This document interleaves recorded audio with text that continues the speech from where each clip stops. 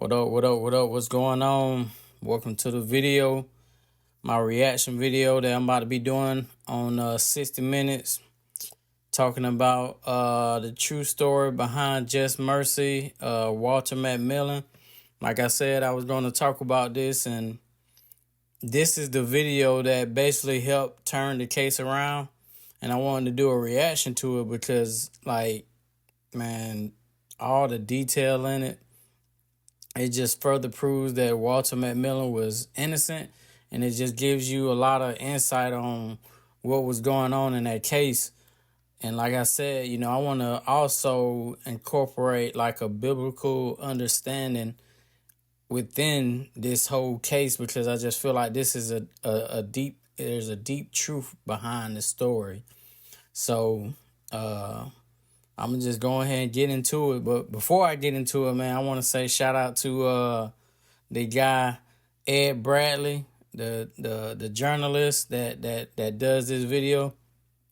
Man, he did an amazing job, and shout out to him. He passed away, but man, he did a great job. So let's get into it.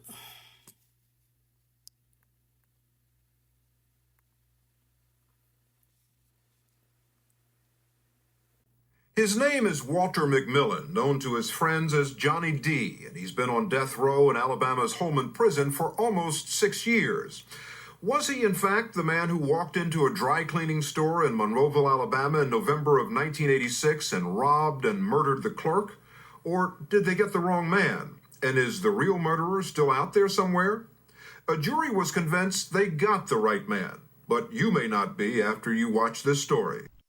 The clerk who was murdered was 18-year-old Rhonda Morrison, the only child of Charles and Bertha Morrison, who have no doubt that Walter McMillan did it and want him executed as soon as possible.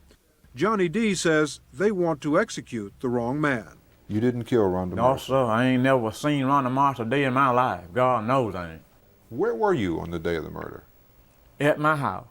Did you ever go into Monroeville on the day of the murder? No, sir. You never went into town? Never went to Monroe, period. McMillan is certainly not a typical death row inmate. He had a good job in the logging business, no prior felony convictions, and lived with his family near Monroeville his entire life. Police didn't arrest McMillan until 7 months after the Morrison murder, a crime which had the police stumped. They had no fingerprints, no telltale ballistics tests. So they arrested him 7 months later. And one thing that you got to understand, and this might not be the case, but you do have to understand that it'd be a lot of pressure on these policemen or the sheriffs or whatever to solve these cases, especially like a murder case, a high-profile case like that. So a lot of times when that pressure is put on them, they try to, just throw anybody into the place in order to have that murder solved. I can't remember, but I believe, like, if you ever seen the TV show The Wire, they show, a lot of times where the police officers, the homicide detectives, they did certain things that, will manipulate a case, and, because they would have, like, the murder counts or the murders that they had to solve. And, like I said, it'd be pressure on them to solve the case. Like if you see 50 unsolved cases, like that's pressure. Like, hey, we got to hurry up and get these solved. So that, I believe that was part of it. No physical evidence of any kind linking McMillan or anyone else to the crime. McMillan's friends and family testified he was at a fish fry at his house on the morning of the murder, working on the pickup truck he supposedly drove to the cleaners. We talked to his friend, Jimmy Hunter. And that was the truck you were working on that day? That's right. The transmission was Out of it. Was out of the truck? Yeah, to clean out. You have to take them out. You couldn't have driven the truck anyway? No. Johnny D's attorney, Brian Stevenson, has appealed the cases of more than 100. They was basically just showing that he had an alibi. He had proof that he was nowhere around that area when she got murdered, and he had witnesses and everything. So that right there should have helped him out. Death row inmates. I have never had a case where the state's only evidence of guilt comes from one person, where there's no motive, there's no physical evidence, there's no corroborating circumstances, there's nothing but the word of one person. That one person is Ralph Myers, a career criminal who's now doing 30 years for a... So this is the guy that everything basically was just, it fell on him. Well, I ain't gonna say everything, but part of it fell on him because he was the one that said that, hey, I was with Walter McMillan when he did it. So that's like heavy evidence to have somebody that said that they was with them during the time. For another murder.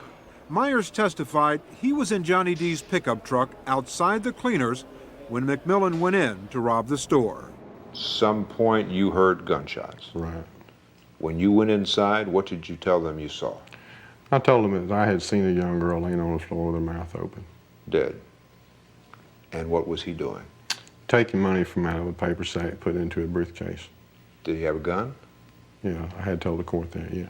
Now, that testimony put him on death row. Right. Was it true? No, sir, not at all. Nowhere near true. So why did Ralph Myers testify against McMillan? At the time, he was awaiting trial and facing a possible death sentence for murder. So this man was already facing like charges for a murder charge. Already. So they using this guy right here who not an innocent man. You know, he done did something, you know, he basically a criminal.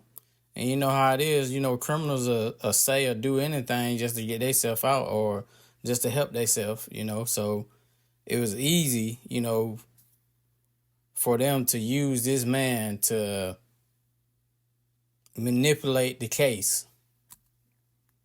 He says an Alabama Bureau of Investigation agent used that to pressure him to lie about McMillan. So he... Like you heard, they used that to pressure him. Tells me, he says, well, all you got to do is you go along with what we want you to go along with. And he says, I promise you, he said, I've done got it fixed with the DA, I've done got it fixed with the judge, and you won't get but 30 years. So 30 years and you'd be eligible for parole after? Well, more or less probably like 10. So you're looking at 10 years versus electric chair. Right. Why should anyone... That's a big difference. 30 years to 10 years in an electric chair? I don't believe you now when you're taking back what you said at the trial under oath. Well, it's like this. I don't know the words for that, but I can tell you this much. Right is right and wrong is wrong. And for a man to straighten his own life out, he must tell the truth. He must try to do what is right, and that's what I'm trying to do. District Attorney Tommy... This man sound honest. Like, if you look into it, they said he was like a liar, a compulsive liar, like one of the guys that try to, you know, run games and throw stories and stuff like that. And it, you know, and this that was him in real time, and he wasn't doing that. Like, you can tell he like had a change of heart, and he really was trying to make right with things that he had going on. So, you know, that right there, like, I mean, it's self-explanatory. It's like, you can tell this man is being honest about the situation. Tommy Chapman wasn't involved in McMillan's original trial, but is now handling the state's case. So he wasn't a part of the original trial. This is the DA. He wasn't a part of the original one. He is the person who is the DA now. Let me ask you about Ralph Myers. How would you characterize Ralph Myers? Ralph's about as low as you can get. He's a scum. Strong opinions, you know, strong opinions. If you look at the video I had before where I talked about people that got those strong opinions, like a hate for folks. You got to be careful when it comes to people like that. A liar? Yes, sir, I'd categorize him a liar, particularly now. Chapman says he's going to indict Myers for perjury, not for what he said at the trial, but for what he's saying now. I intend to ask the Baldwin County grand jury to indict him for perjury. Because of that, because of his recantation. Now, if he's convicted, what happens to his shot at parole? He'll probably get life. I hope he does. So it seems. So it's like, that's the tactic. Is he going about it the same way? He's trying to put some type of threat to him to make him not speak on it, not tell the truth. Like, it's obvious this DA do not care about the truth. He just don't want him to speak about it. Seems to me that he's got more to lose by saying he's recanting than by saying he sticks by his story. He can't lose his life by recanting. He could lose his life for not changing his story. You know, the prison has its own way of dealing with people who are snitches. Ralph Myers is a snitch. I'm sure Ralph Myers would agree that any threat he was under in prison is nothing like the threat he's under now, having recanted his testimony and opened himself back up to perjury charges, to capital murder charges. What Myers has done is take a pretty radical risk. But District Attorney Chapman says there were good reasons to believe what Myers said in court. You said that there were details that he gave. What were the details that no one else knew? That her mouth was open, the position of her body, the way the way her clothes were, those type things. Ralph Myers, in none of his trial testimony, in nothing that has ever been presented in the court, has ever said anything about the victim's body that is consistent with the way in which the victim's body was found. Myers told police that Rhonda Morrison's body was lying face up behind the cash register. But the first police officer on the scene found the body lying face down behind a partition in another part of the cleaners. We asked former police officer Woodrow Eichner exactly what he found. So this is the police officer that first came on the scene that saw her body. All right? The first officer, and he's saying that the body was not like how Myers saying it was. He's saying it was in a totally different location. I found a young lady in the northeast corner of this building, laying face down. Is it possible that the body was dragged from the counter to the back where you saw it? In my opinion, no. There was particular dust that was around this body, and there was no evidence that the dust was disturbed. You think that the body was where it fell when she was shot? Yes, sir. This game, you're not ready. But did the prosecutor talk to you at all about it? Yes, sir, the prosecutor did talk to me about it. In fact, he asked me to testify that the body had been drugged. The prosecutor asked you to testify that the body had been dragged to the back of the cleaner? Yes, sir, he did. And what did you say? I said, no, sir, I will not testify because I saw no evidence that the body had been drugged. The former prosecutor did. So he is saying that the prosecutor back then tried to tell him to lie about it. And he said no. This is a police officer, a white police officer. He ain't got nothing, and there's nothing to win or lose. Well, he got a lot to lose when it came to him not telling the truth. So it's like, I would take his word for him to be able to stand on that, being a police officer and white. A lot of people, he would have to deal with a lot of people in that town that was going to hate him. He could have easily just said, okay, yeah. But he didn't do that. He told the truth. So respect to that guy right there for telling the truth. Denies he ever asked Eichner to testify the body had been dragged. Still, if Myers really did see the body near the counter, no one has been able to explain how it could have been dragged to where the police found it without leaving telltale signs, including bloodstains on the floor. What we now know is that the story that Myers told is simply not true. In fact, even before the trial, Myers told 4 psychiatrists at Taylor Hardin and Alabama State Hospital that his statements implicating McMillan were bogus and were coerced out of him by the police, specifically by an agent of the ABI, the Alabama Bureau of Investigation. So now he's at a hospital and he's telling these people that they're making me say this. This stuff is bogus. Like, he gonna lie when it comes to being around the police. Because he don't want to, you know what I mean? He don't want to get himself in no trouble. But he figured, well, I'll tell the truth to these people and maybe they'll get me out of it. And they say he told it 4 times and still not enough evidence. Why I'm at Taylor Hardin, I tell the state doctors up there, hey, look, this is what the ABI officer is wanting me to do. He's wanting me to set this man up, to tell lies on this man, to get this man put on death row. He says, what man are you talking about? And I said, I'm talking about Johnny D. McMillian, a man who lives in Monroeville, Alabama.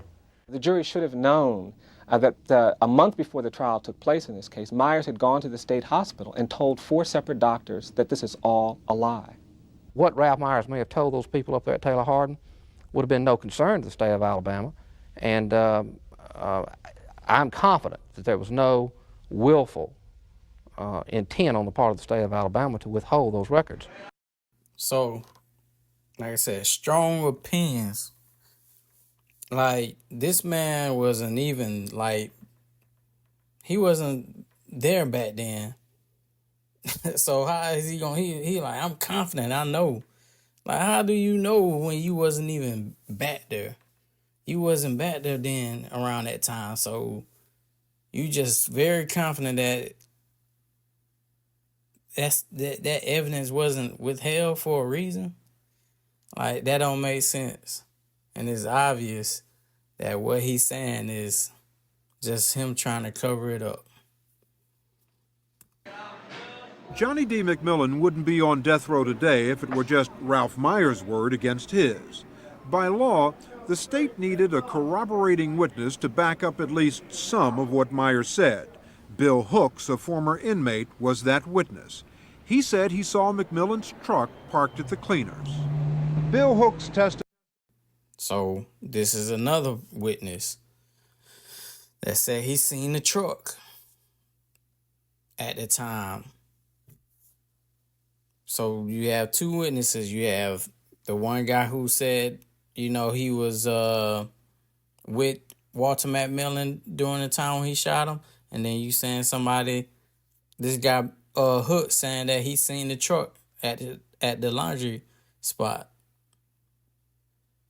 Testified in court that as he was driving down the highway that Saturday morning, he saw Johnny D. McMillan leave the cleaners, walk over to his pickup truck, and get in on the passenger side, and with Ralph Myers at the wheel, pull off down the highway.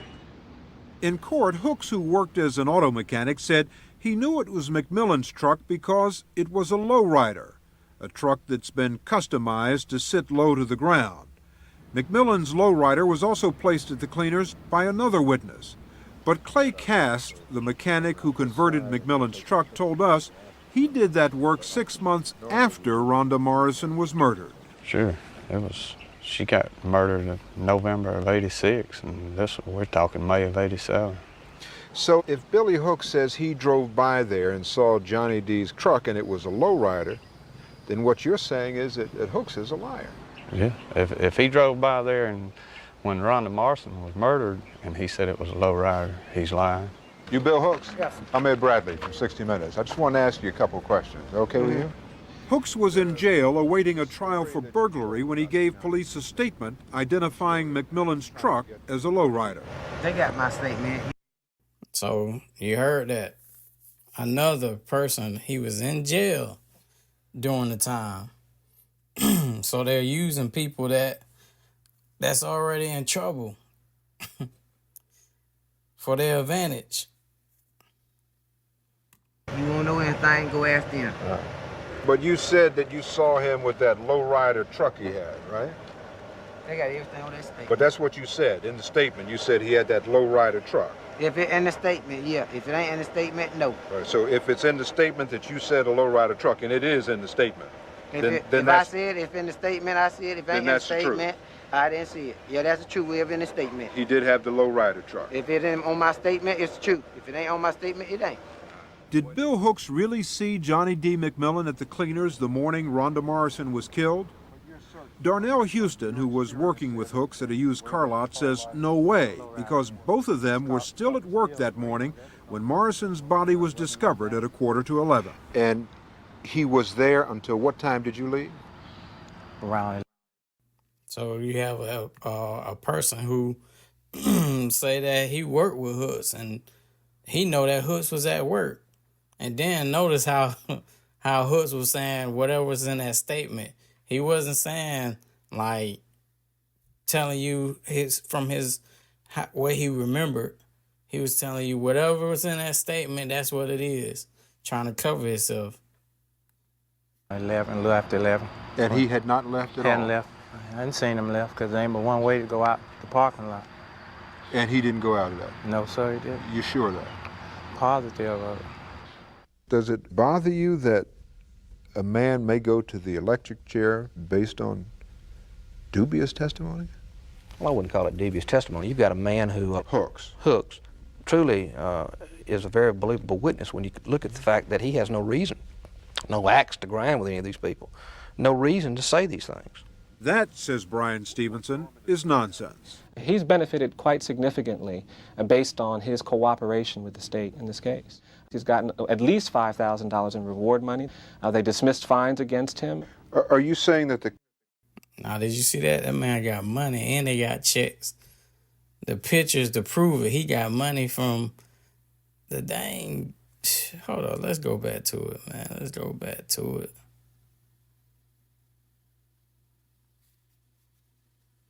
Look at the fact that he has no reason, no axe to grind with any of these people, no reason to say these things.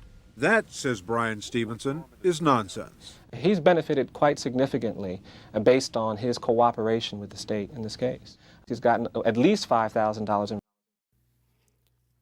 Monroe County Sheriff Law Enforcement Fund.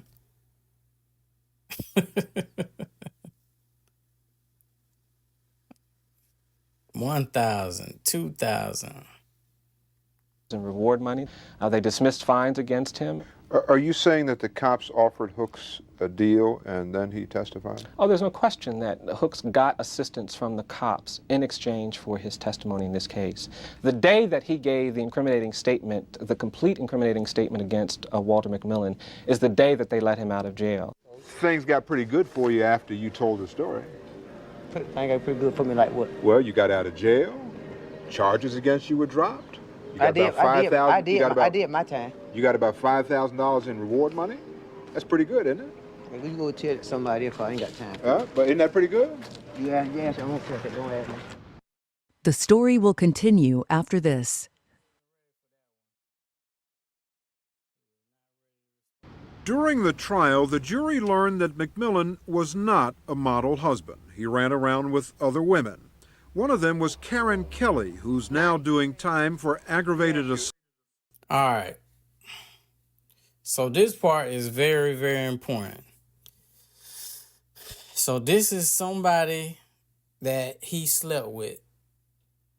And I'm going to go into it at the end on what I think about it. Assault in a case in a nearby county.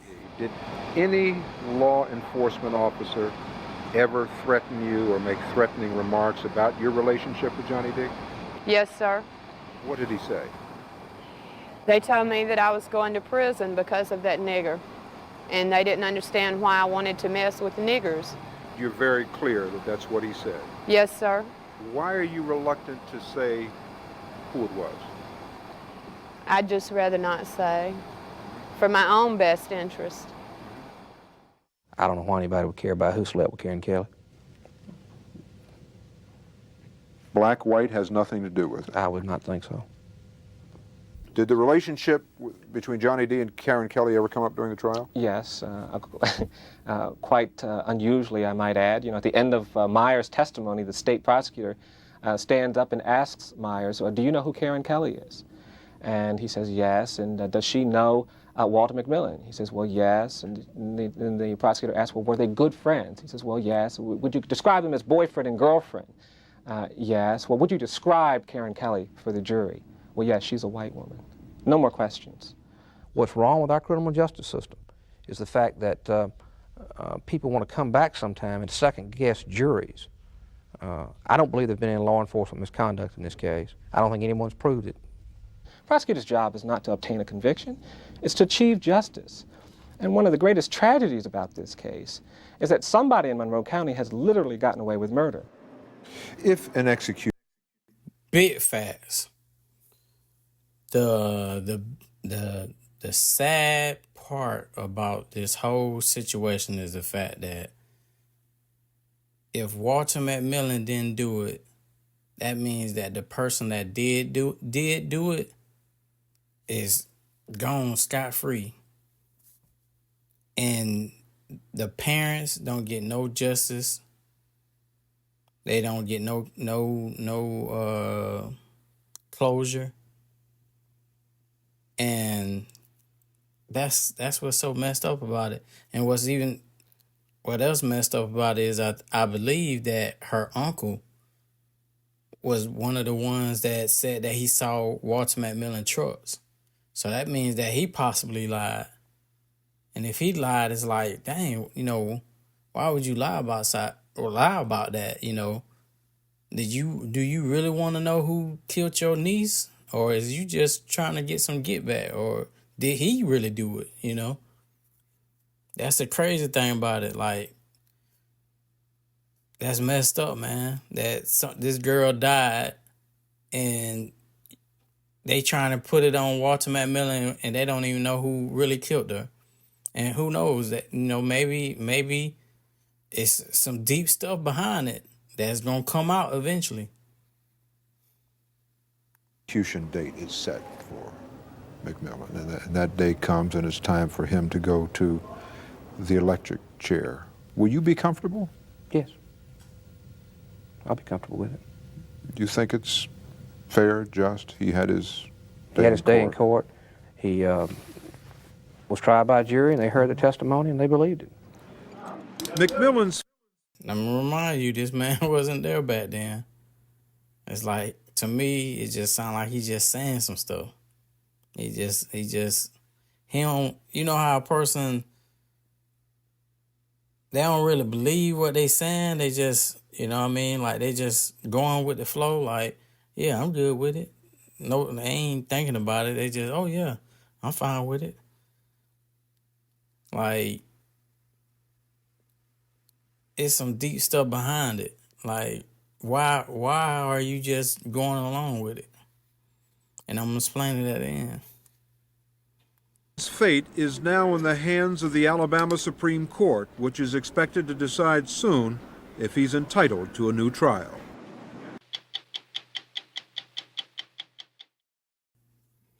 All right, so that's the end of it. How you doing? I'm doing great. All right, that's the end of it. I don't know who this guy is, but let's not pay attention to him. Let's go back. How do we go back?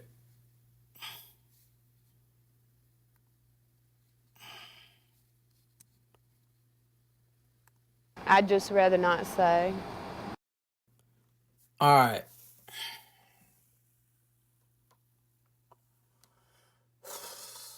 So,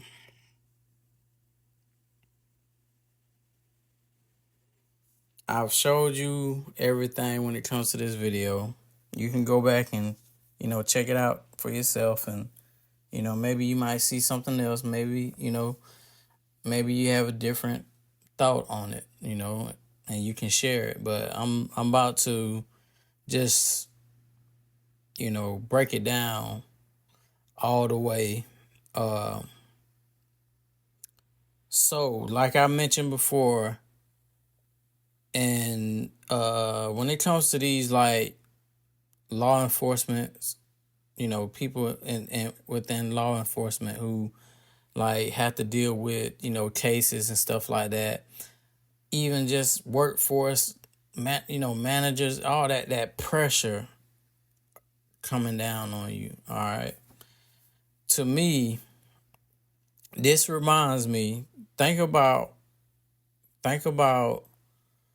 in the Bible when it came to Jesus and when he was going through what he was going through, Jesus was hated. He was hated by the Pharaohs. I mean, not the Pharaohs, what I'm talking about.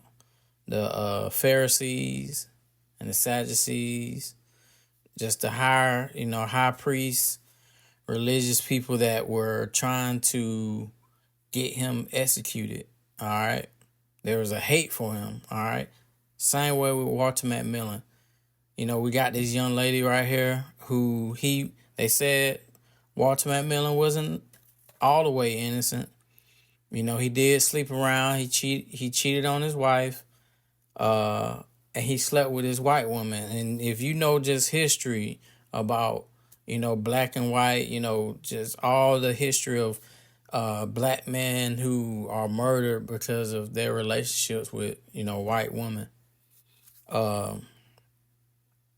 I truly believe that there was some type of hatred, within the town that he was in.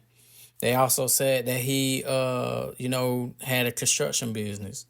So it was, a combination of him having that construction business and then the fact that he was sleeping with this woman here who was married.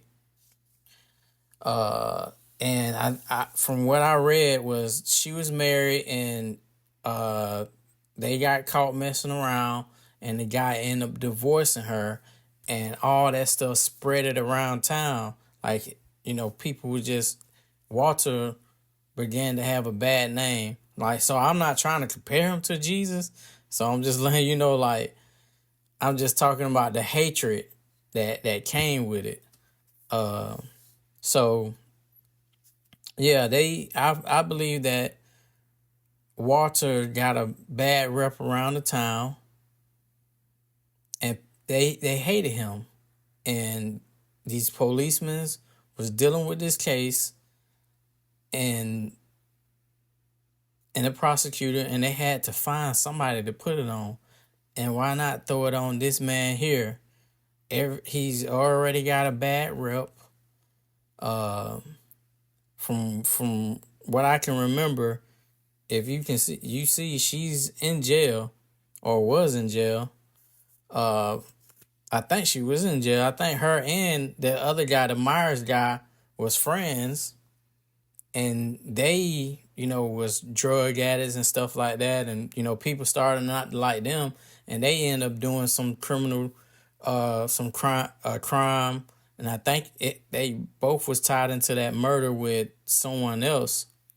So it's like he got entangled with all that. So they hated Myers. Myers had a bad rep. She had a bad rep for for cheating on her husband. And then Walter McMillan for sleeping with her, causing that. All right.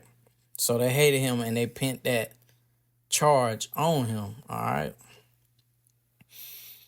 So now when it comes to the trial of Jesus, you had Judas. Judas had to set him up. Somebody that's close by him. Somebody that's close by the person you trying to pin. And that was the guy hooks who they use. You know, they use him. He was the one that took the bribery. He took the money. Judas took the 30 shekels. I forgot what they called it, but you know, he took the money to basically get Jesus penned up. And the guy Hooks did the same thing. You know, this is another black guy who knows Walter McMillan, and you know, it makes it look like, well, what he got to lie for? You know, this is his guy. You know what I mean? Judas didn't testify on Jesus, but he did, you know, sell out. So I feel like there's always a situation where they have to use a person that's close to you to help basically crucify you. All right. Then you have this man, the prosecutor now, the DA, who was speaking.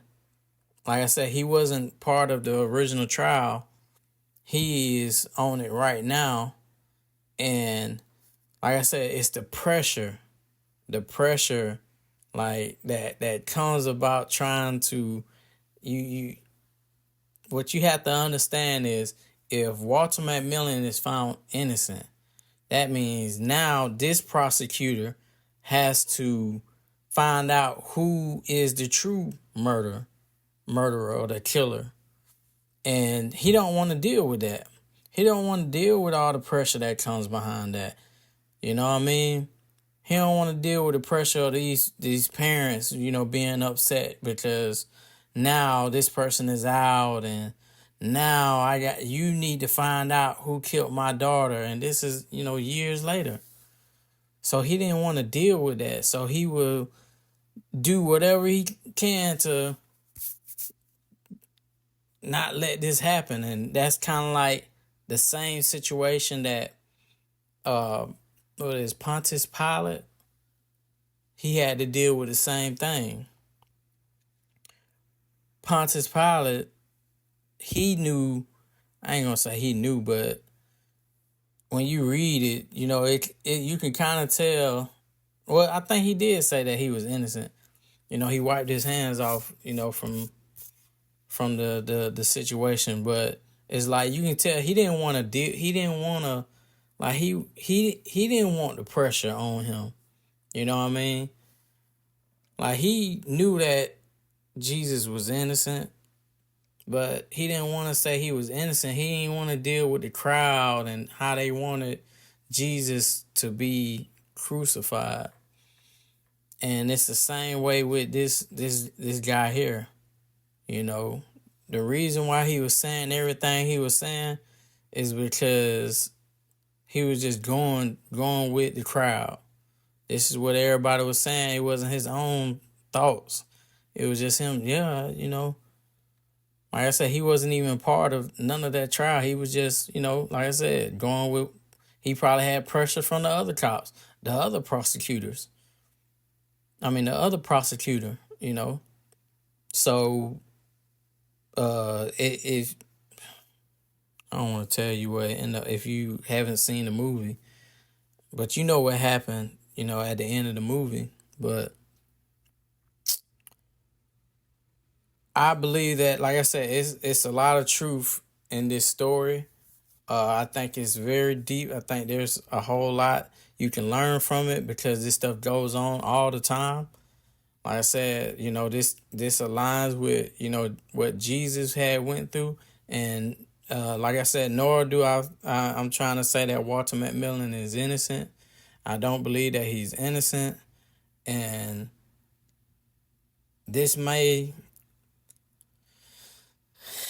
So, I'm going to tell you just honestly how I feel about the whole situation when it comes to Walter McMillan. You know, yes, he may be innocent when it comes to not killing the young lady, but you do have to watch what you do. You know what I mean? Like, I believe that if he would have not got himself tied up with that lady and, caused some of the things that he caused, that, he may have not been in this situation, Like, there's a cause and effect to a lot of things. And, you got to be careful. Like, you can't just be, doing stuff like what he doing. You know what I mean? Like, that's not cool. Like, that's part of why God tells you not to sleep with somebody's wife and stuff like, because this is what you cause. You cause people to hate and wanna, you know what I mean? Sometimes you cause that. It ain't always the case, but sometimes you cause that. You cause that wrath to come at you. You know what I mean? So, like I said, I'm not trying to say that he's innocent. I'm not trying to say that Walter was just pure and that, it's messed up that, he had to serve that time, but it's messed up that he was, considered a murderer for killing a girl, because he wasn't. I don't believe he was. And like I said, was the whole situation was messed up about it is the person who actually did it got away. But like I said, you got to be careful. You got to be careful. You can't be doing stuff like that. You can't be sleeping around like that. You can't, because what ended up happening also is that when Walter got out, I don't know if he was still messing with women, but his wife ended up divorcing him. Like, they talked about how, she stayed with him throughout the whole thing, but she ended up divorcing him, and, the sad thing about it, Walter ended up dying later on or whatever, but not try to, throw dirt all on, Walter. Like I said, we all human, we all make mistakes, but I'm just sharing this because we need to understand these things, the things that we do, the cause and effects of things. It shouldn't be right for him to get charged with murder, but, that's part of it. You know what I mean? That's part of it.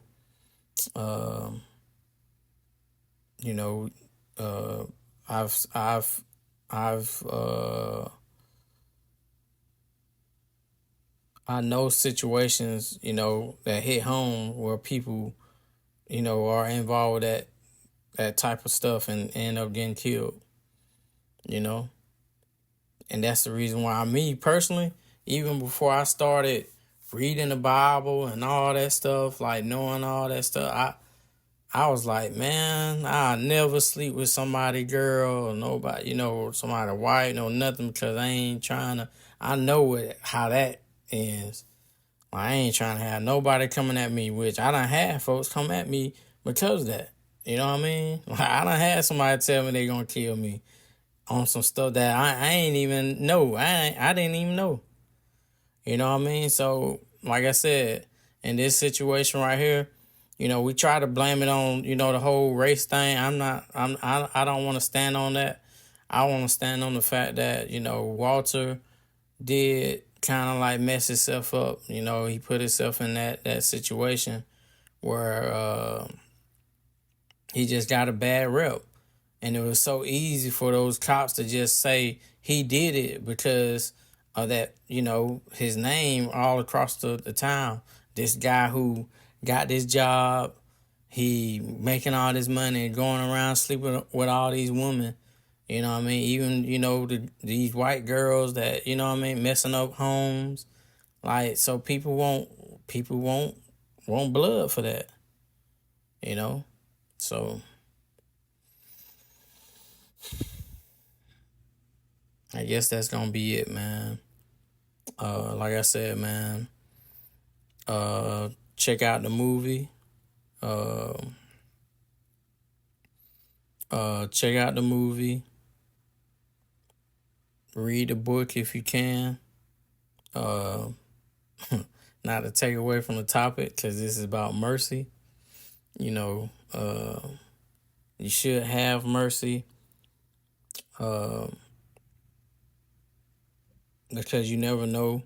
Like I said, in a situation with Walter McMillan, if you was in the shoes of the people of the town and the prosecutor and stuff, you will be in the wrong.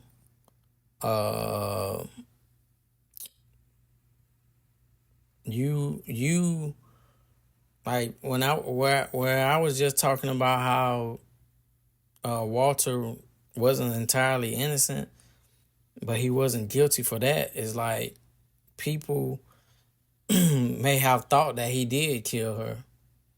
And you shouldn't, you know what I mean? Like, you need to know the truth at the end of the day. And that wasn't the truth. And like I said, if you was on their side, like, you would be wrong. So a lot of people are like that. You know, a lot of people are so highly, you know, opinionated to the point where they just want to see somebody just, you know what I mean, just die without knowing the truth. Like, man, that's the reason why this whole, like, trying to, you know, I honestly feel like they sought the death penalty because they wanted the truth to be hidden. No different than with Jesus. And that's the reason why, like, mercy, man. Mercy, mercy, mercy. You know, I always say, you know, we wrestle not with flesh and blood, but spiritual wickedness in high places. You know, don't be so trying to, you know, hard to try to kill people or count people out. Like, you need to have mercy, because this is what you end up learning when it comes to mercy. Like, there's a bigger story behind it. And when you read that book, you will see all these stories. When you go deeper into all these people that have been put on death row, you'll learn it's a bigger story to what you think it is. You know what I mean? So, you know, Mr. Brian Stevenson, he got Walter McMillan off. And he showed just how, you know, a situation like that, man, like, we have to pay attention, because we're not entirely in the truth. And the truth is important. Like, we need to know what happened to that young lady so there can be closure. Like, there's going to be closure. There's going to be some type of understanding, like, oh, it makes sense now. You know what I mean? All these cricket cops and stuff, like, it's a whole story behind this. I done read a lot. They was talking about, you know, there was some wickedness that was going on in the police department there. So it's probably a whole cover up, which, like I said, you see this all over the place, high places, people with these authority and stuff. There's a lot of wickedness that goes on that, you know, we got to pay attention. We be mad at this person, but not knowing that they're puppets of, you know, whoever. And it was the same way with Jesus. When you read the story of Jesus and how everything happened with him, it's like it's a conspiracy. People don't be believing in conspiracy theories, but, man, the Bible is about conspiracy. It's about conspiracy, like, spiritual. We wrestle not with flesh and blood, but spiritual wickedness in high places. He's telling you, it's not what you think it is. It's something deeper than that, higher than that. So it's a conspiracy. The garden. Even, like, you don't have to be in the New Testament. You can go to the Old Testament. The garden. The snake, the deceiver. This stuff, conspiracy. You can't say you a Christian and don't believe in conspiracy. That stuff goes on everywhere, all over the place. But, you know, be sleep. You got to wake up. All right? Love you, man. I'm about to end this. And man, appreciate whoever was watching, man. It's the end of it. I'll do more. Follow me. And I'll try to be consistent. All right. Love you. Have a good one. Ending it. Boom.